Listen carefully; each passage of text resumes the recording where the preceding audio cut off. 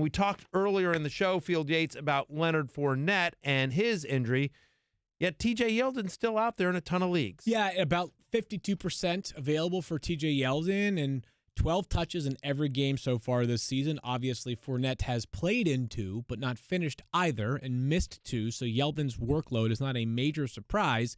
He gets the Chiefs this weekend, and I think until Leonard Fournette returns, there's a chance, maybe even like top 15 running back for as long as Leonard Fournette is out. Oh, sure. Yeah, definitely. And we have should I do the job go here ahead. To back that up? It's on here nice and bold and in green here. Absolutely. You guys want me to back this one up? As everyone knows, Mike Clay does among the many things he does here for us at ESPN Fantasy, he does all of our projections. He has this big, thick computer. I don't know if you guys can see it on the screen, but it's unbelievable. Yeah. It's a massive computer. It's like a 1970s computer. And he does all of our projections for it, crunches all the numbers for it. And you have T.J. Yeldon at Kansas City traveling on a short week. His projection is what? It is 16.3 for this week, which is pretty good. That would put him on RB 10 this week, so I do like him a lot. There was some concern right away, right? When Fournette was at that first game, Corey Grant came out and played a lot, and people were panicking. But Yeldon has been the guy. He's handled 52% of their carries this season. That's even with Fournette mixing in. He's handled 14% of the targets, which is important because the Jags, if you adjust for game script, are the third pass-heaviest offense in the NFL. No one expected that. We thought they would be one of the run-heaviest. They are throwing the ball in 2018. He's averaging 4.2 yards per carry, 8.9 yards per reception. He is RB 10 in fantasy points. He is 3 top 20 so far. And, he's 11th in OFP. Again, even with Fournette mixing in, that means he is getting massive volume in this offense, a lot of work near the goal line. Yeldon is positioned for certainly fringe RB1 numbers going forward as long as this role doesn't change, and I don't think it will. Corey Grant will mix in a little bit. Maybe you get a little Brandon Wilds, but it should be the Yeldon show. So not all roster acquisitions are created equally. And I mentioned that because Mike Davis of the Seahawks is not somebody that I think has a ton of long-term value. As a matter of fact, he may have no value this week. If Chris Carson returns to the lineup, I have basically no confidence in playing Mike Davis. But if Chris Carson misses this game on Sunday against the Los Angeles Rams and you are desperate for a running back, then I might consider Mike Davis as a end-of-bench pickup that if you need to play him in a pinch and you are hopeful for 15 to 20 touches, that's the way that Mike Davis finds his way into your lineup. Yeah, I'm with you there. Just really quick, and Matthew, you and I went back and forth on Twitter on this. I think it was Sunday, that Rashad Penny is essentially the backup to the backup. Right. But it would not surprise me at all if Penny just stayed in that number 2 slot, right? So Carson comes back, he's the 1, Penny's the 2.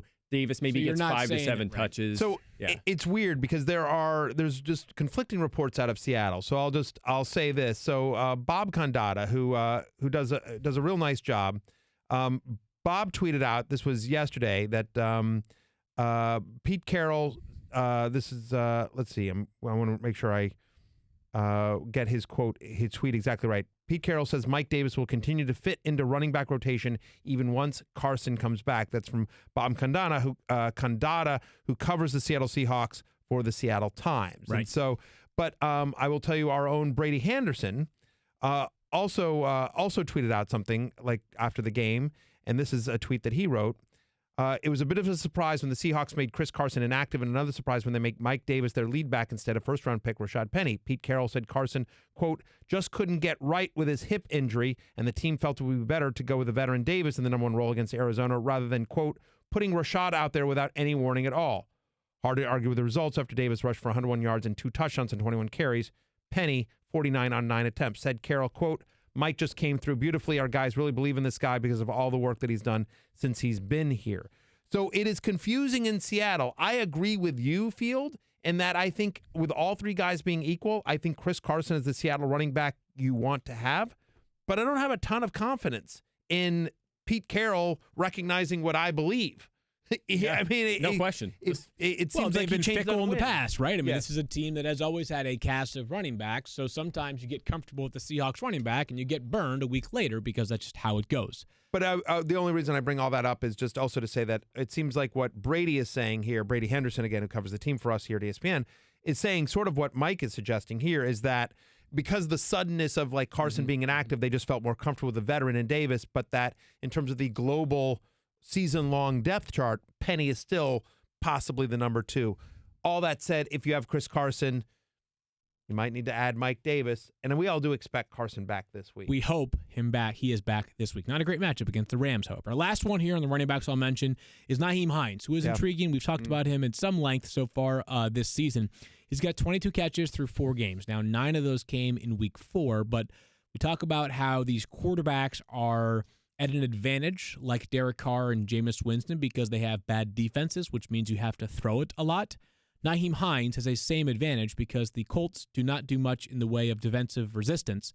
On Thursday night, they play the Patriots, and if you believe this game could be a high-scoring affair, Nyheim Hines, it stands to reason, could get some run in the passing game. He's available in about 85% of leagues. Especially if you think about T.Y. Hilton may miss this game, that they really haven't been able to get Jordan Wilkins going. Marlon Mack has been banged up, and so the Colts rank 2nd in pass percentage and 26th in yards per carry. I mean, they've been able to move the ball through the air, and Nyheim Hines has 81.5% of their running back receiving yards so far this year. He is their pass-catching running back. Right. Yeah, he's been very busy. Again, to bring up OFP's 14th, and if we've seen anything, that's been predictive of guys bouncing back. So he's getting a ton of opportunity, and kind of reminds me of Tariq Cohen last season, right? The efficiency's bad. 3 yards per carry, 5.4 yards per reception, much like Cohen last year. But he had a lot of fantasy value because he was getting a lot of volume in that offense. So, he's going to stay involved as the pass-catching back. We'll see if Robert Turbin takes on a role once he comes back. Probably going to start slow. Yeah. You have a couple other guys mixed in, but Hines' role seems established in an offense that's probably going to score plenty and throw a lot. So certainly a must-own player right now. Here's the bottom line. Not a great week for waiver wire ads for running backs.